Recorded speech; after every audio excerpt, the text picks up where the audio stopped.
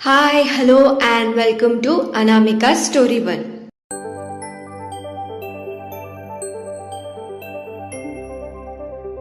आज हम सुनने वाले हैं एक प्यारी सी प्रेम कहानी जिसका नाम है अधूरे हम। चैप्टर 13। तो बिना देरी किए हम कहानी में आगे बढ़ते हैं। कपूर इंडस्ट्रीज में आशीष कपूर मिस्टर वशिष्ठ का गला दबाकर उन्हें दीवार से सटा दिया और उन्हें ऊपर उठा दिया। मिस्टर वशिष्ठ, छोड़ो हमें। आशीष कपूर के आंखें गुस्से से लाल हो गए। मिस्टर वशिष्ठ का सांस फूलने लगी, पर आशीष उसे नहीं छोड़ रहा था। उसकी हालत और बिगड़ने लगी।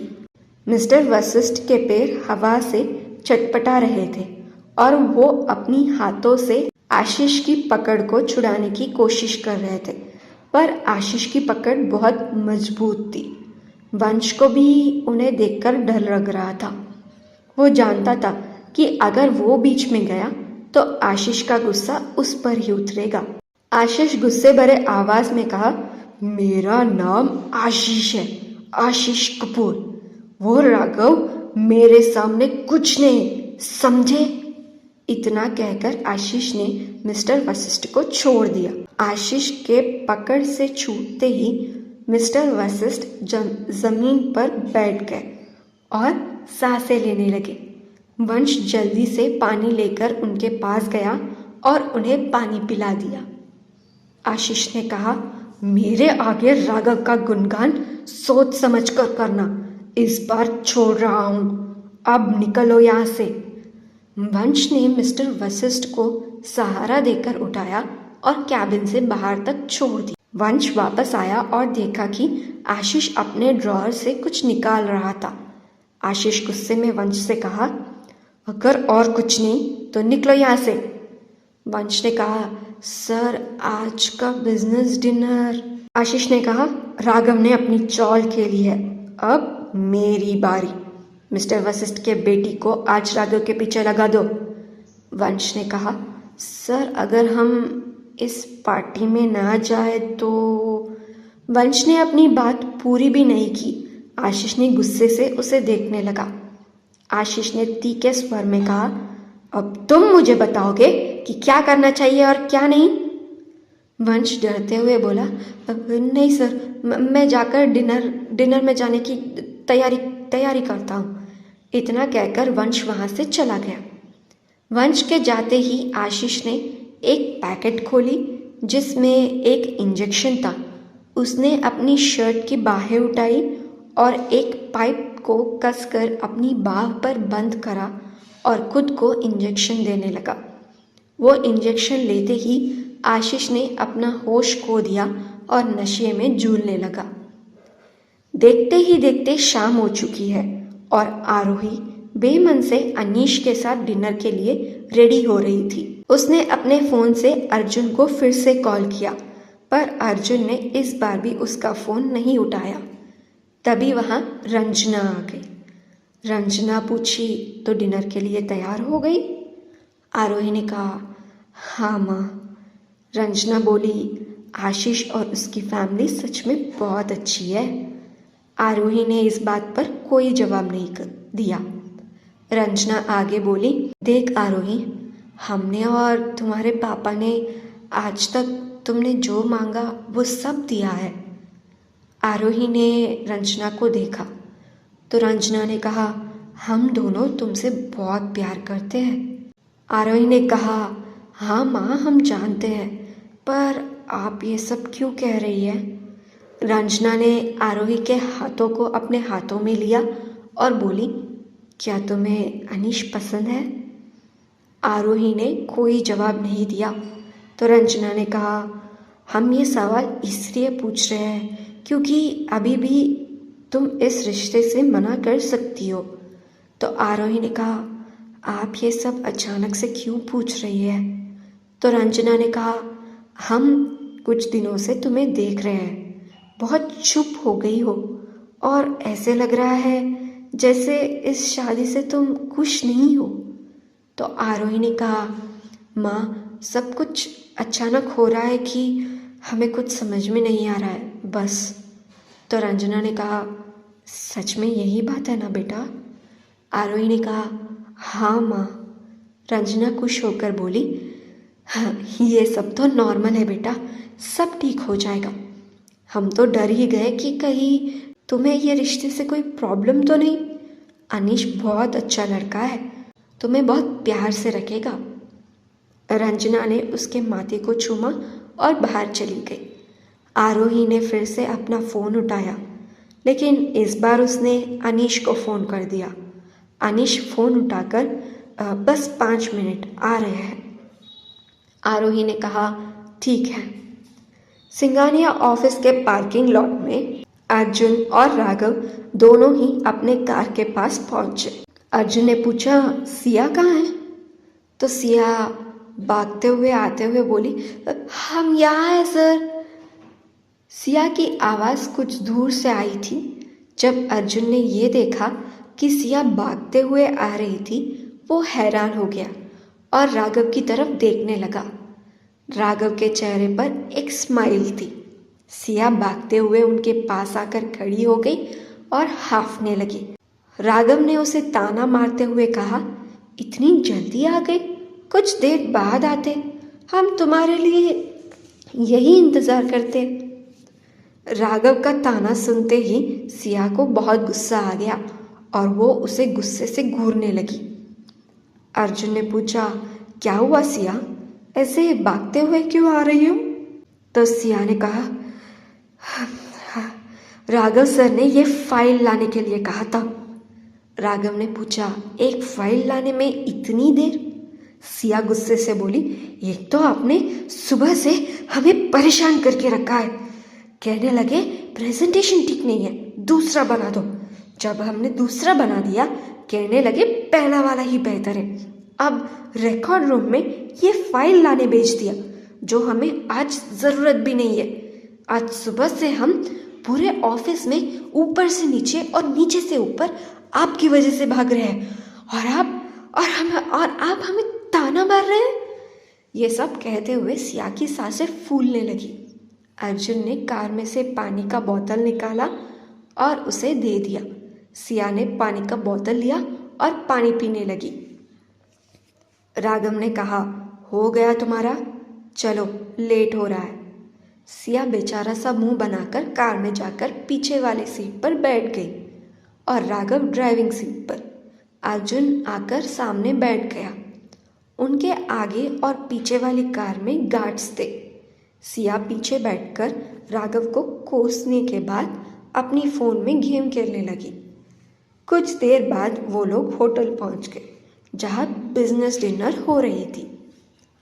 अर्जुन और राघव आगे चल रहे थे और पीछे ही सिया भी चल रही थी। उनके अंदर जाते ही आरोही और अनीश भी वहां आ गए। होटल के अंदर एक हॉल में बहुत सारे बिजनेसमैन थे।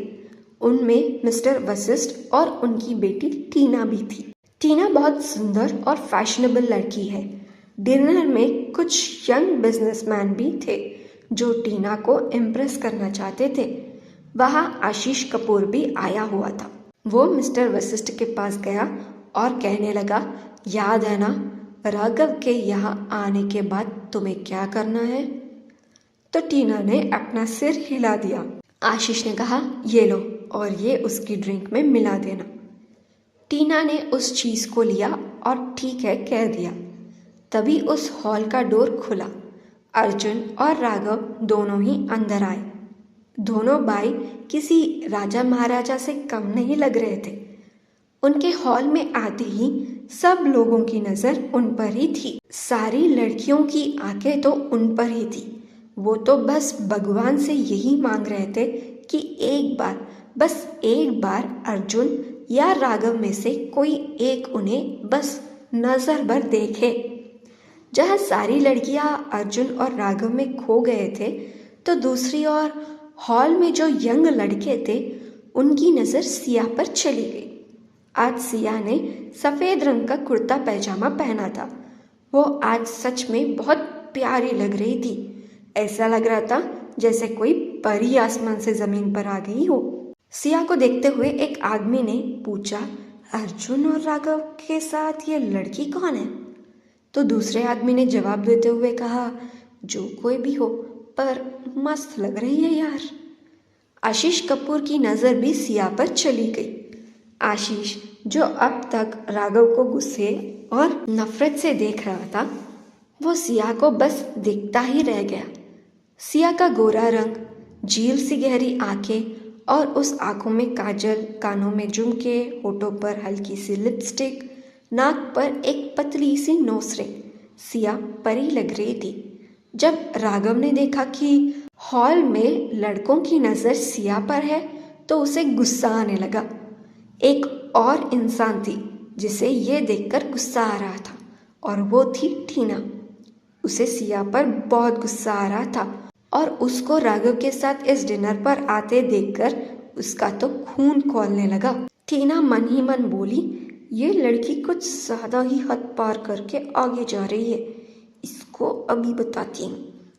तभी मिस्टर वशिष्ठ टीना का हाथ पकड़कर बोले, अभी वहाँ मत जाओ, राघव सबके सामने तुम्हारी बेइज्जती कर देगा।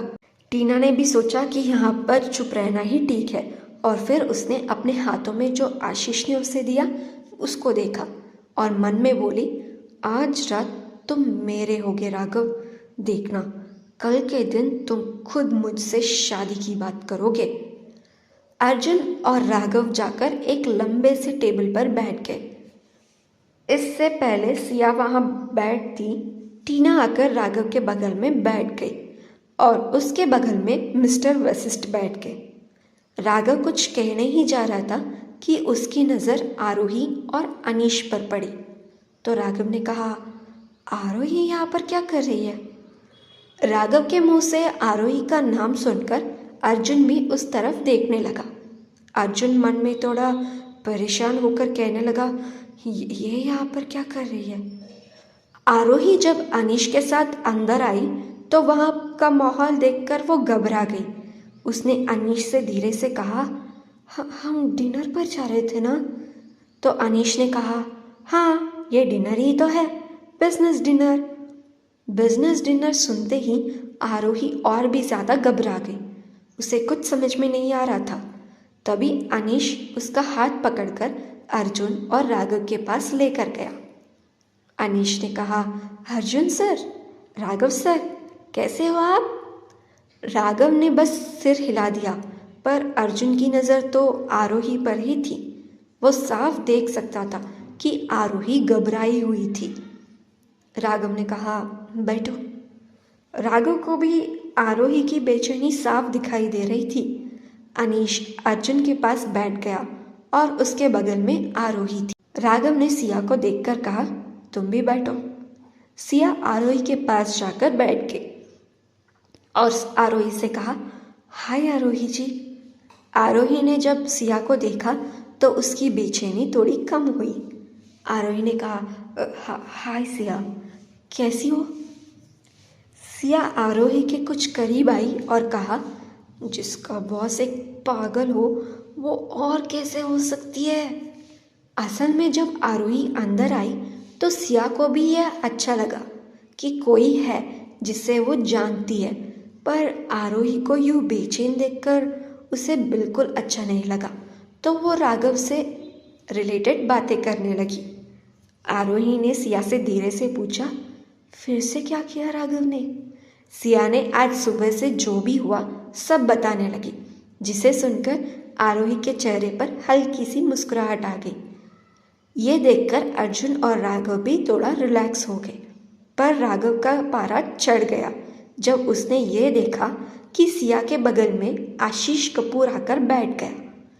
हर साल जब भी ये डिनर होता तो आशीष राघव से दूर जाकर बैठता था, पर इस साल वो सिया को और पास से देखना चाहता था, तो वो आकर उसके पास बैठ गया।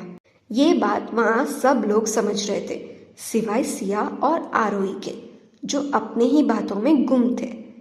राघव की आंखें सुर्ख लाल हो चुकी थी।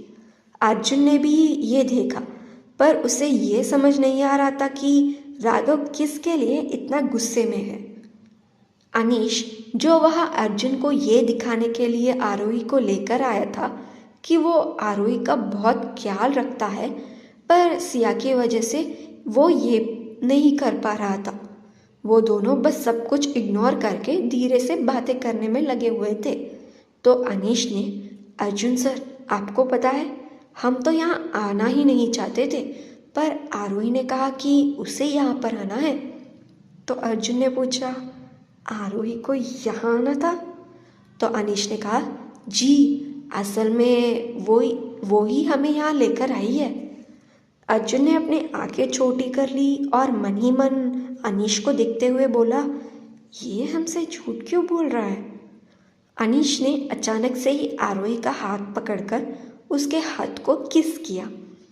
आरोही को ये बहुत अजीब लगा और वो हाथ पीछे करने लगी, पर अनीश उसके हाथ को छोड़ ही नहीं रहा था। अर्जुन को ये बिल्कुल पसंद नहीं आया कि आरोही को कोई किस कर रहा था।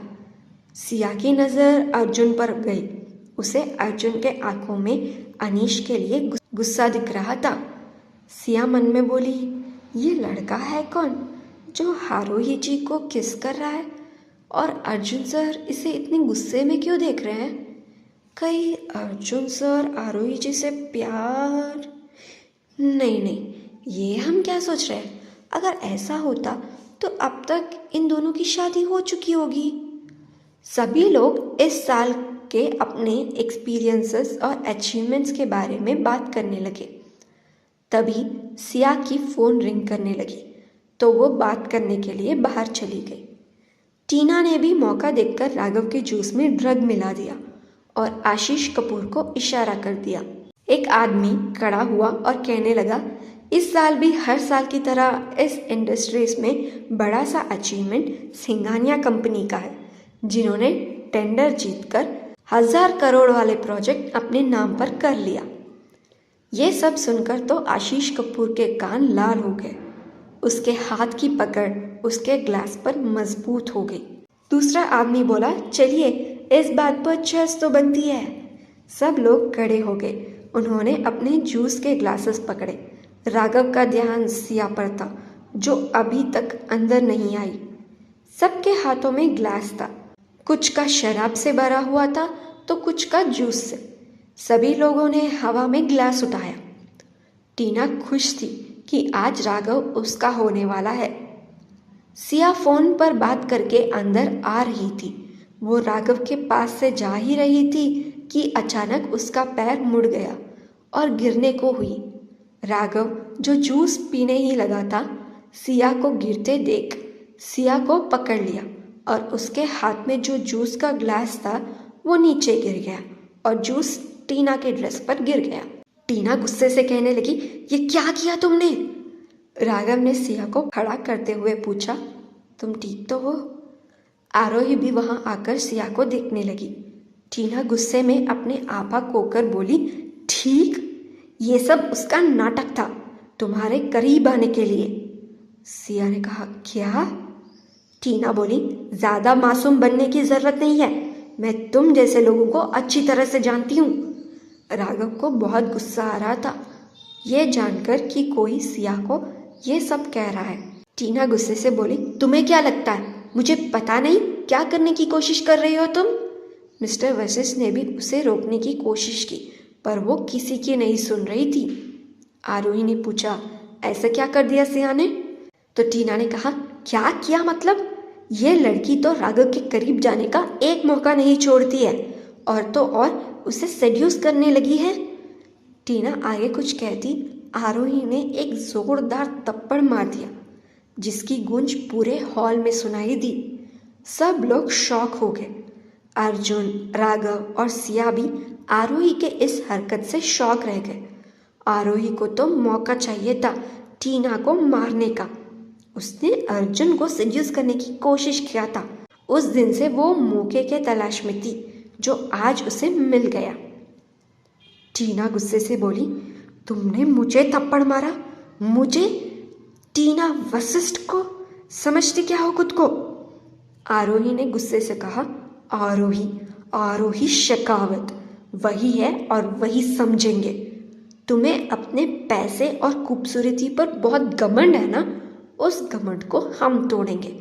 सब लोग ये सुन लो, वशिष्ठ इंडस्ट्रीज के साथ जो कोई भी काम करेगा, शेखावत इंडस्ट्रीज उनसे कभी कोई डील साइन नहीं करेगी। वो राघव और अर्जुन की तरफ देखकर बोली, अर्जुन, राघव, इस लड़की ने हमारी मतलब आपकी दोस्त आरोही शेखावत की इंसल्ट की है। अर्जुन, जो टीना आरोही से ऐसे बात करते हुए देखकर गुस्सा हो गया, वो बोला, सिंघानिया कंपनी का भी अब वशिष्ठ इंडस्ट्रीज से कोई नाता नहीं है। आरोही टीना को देखकर बोली, अब तुम्हें पता चलेगा कि हम कौन हैं। इतना कहकर आरोही सिया का हाथ पकड़कर वहां से चली गई और उसके पीछे अर्जुन और राघव भी चले गए। टीना ये सब सुनकर अपने चेयर पर बैठ गई। उसके पापा उसे गुस्से से देख रहे थे। बेचारी टीना, उसे लगा कि वो सिया की इंसल्ट करके सबके सामने उसका मजाक बना देगी, पर यहाँ तो आरोही ने उसका ही मजाक बना दिया। आशीष कपूर का पूरा ध्यान तो सिया पर ही था। उसे और कुछ भी नहीं दिख रहा था। उसने वंश को अपने पास बुलाया तो वंश ने उसके पास जाकर पूछा, जी सर। आशीष ने कहा, उसे अभी के अभी हमारे रूम में लेकर आओ। वंश को अच्छी तरह समझ आ रहा था कि वो क्या कह रहा है। वंश ने कहा, सर वो राघव के साथ आई है। आशीष ने गुस्से में कहा, वो हमारे कमरे में आज ही चाहिए, मतलब चाहिए। इतना कहकर वो अपने होटल रूम में चला गया। तो क्या होगा आगे, जानते हैं आने वाले भाग में। सुनते रहिएगा ये कहानी अधूरे हम, आपके अनामिका स्टोरी वर्ल्ड चैनल में आपके होस्ट अनामिका के साथ। अगर आपको ये कहानी अच्छी लगी हो तो इस वीडियो को एक लाइक और इस वीडियो को और कहानी को अपने फ्रेंड्स और फैमिली ग्रुप में शेयर करिएगा और आगे के अपडेट्स के लिए हमारे चैनल को सब्सक्राइब करके बेल आइकन भी क्लिक कर लीजिएगा। अगर आप इस कहानी को पूरी तरह पढ़ना चाहते हैं तो डिस्क्रिप्शन में लिंक है और बायो में भी लिंक है, उस पर क्लिक करके कहानी को पूरी तरह पढ़ लीजिएगा। Thank you so much for listening, thank you so much for your love and support. Take care and bye bye.